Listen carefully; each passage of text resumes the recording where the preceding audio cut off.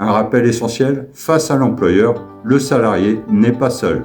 Le conseiller du salarié n'est pas un simple accompagnateur. C'est une garantie, une protection, un levier. Quand un salarié est convoqué à un entretien préalable au licenciement, il se retrouve souvent seul face à son employeur, dans une situation déséquilibrée. Mais dans les entreprises dépourvues de représentants du personnel, il existe une solution, le conseiller du salarié.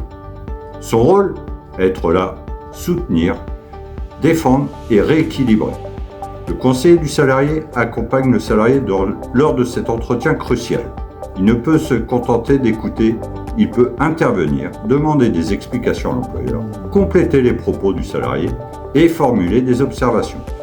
Il apporte une présence extérieure, neutre, mais engagée qui change la dynamique de l'échange.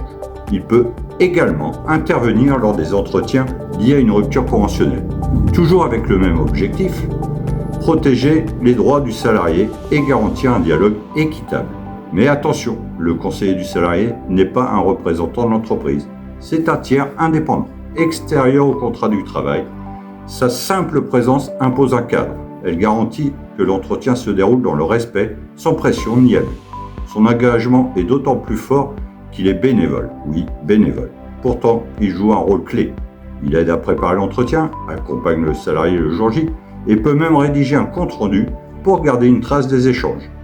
Face à une procédure de licenciement, chaque détail compte.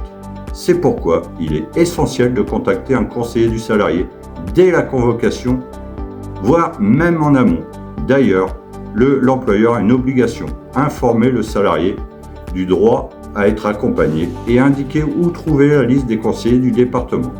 Cette liste est accessible en mairie ou auprès de l'inspection du travail. Une fois choisi, le salarié doit simplement prévenir son employeur et là, aucune ambiguïté. L'employeur ne peut pas refuser la présence du conseiller. Le conseiller, lui, prouve sa qualité grâce à une carte officielle délivrée par le ministère du Travail.